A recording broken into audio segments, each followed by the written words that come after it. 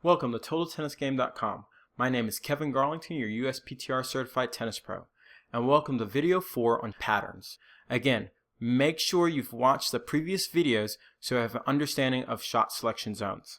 In this video, you're going to learn about patterns. The benefits of patterns are creating your game style, maximizing what you do best, automate shot selection. The first question you should be asking is, what is a pattern? Patterns are a sequence of shots that you use repeatedly to win points and that make up your game style. Another question you should maybe be asking is, what's the difference between patterns and shot selection? Patterns are personal and can be different for every player based on what they do best, whereas shot selections are what you do when you're not running patterns.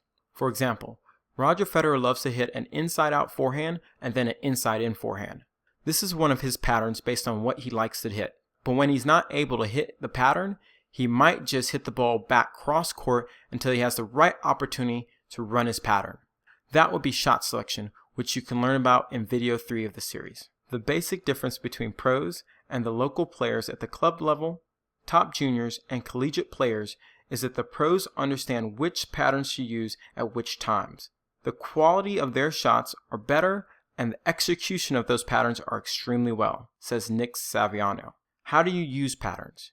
You want to use patterns that maximize your strength and that minimize your weakness. Here are 4 patterns that I've given nicknames to, but you will recognize after you see how they work. All of the patterns are based on players being right-handed and using their forehand as a weapon and having their opponents with weaker backhands. Also watch how each pattern is using different levels of tactical play from video 1. Reducing errors, attacking weakness, attacking movement, and time. The 4 patterns we'll be looking at today are the cross-court pattern, the hammer pattern, the coast-to-coast pattern, and the sneak play. The cross-court can be both a shot selection and a pattern. This is used by players that are going to rely on patience or just might have a bigger forehand than their opponent. This pattern can also be done on the backhand side, going backhand to backhand if your backhand is better than your forehand. By going cross-court, you're going to reduce errors. The hammer pattern may look like the cross-court pattern and shot selection, but the difference is you're going to position yourself in the backhand corner using your forehand to hit to your opponent's backhand. The reason I nicknamed this pattern the hammer is because you're going to be using your forehand to hit forcing balls to your opponent's backhand over and over again until you get an error from them or a ball where you make them take more risk. When executing this pattern, you'll be attacking weakness and trying to keep your errors to a minimum. The coast-to-coast pattern is where you're going to run your opponent side to side using your forehand or strength.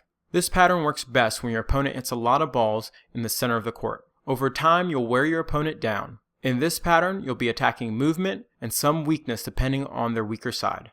The sneak play pattern is where you're going to back your opponent up off the baseline using a high ball. Then you're going to move in and take their reply out of the air as a volley or a swinging volley.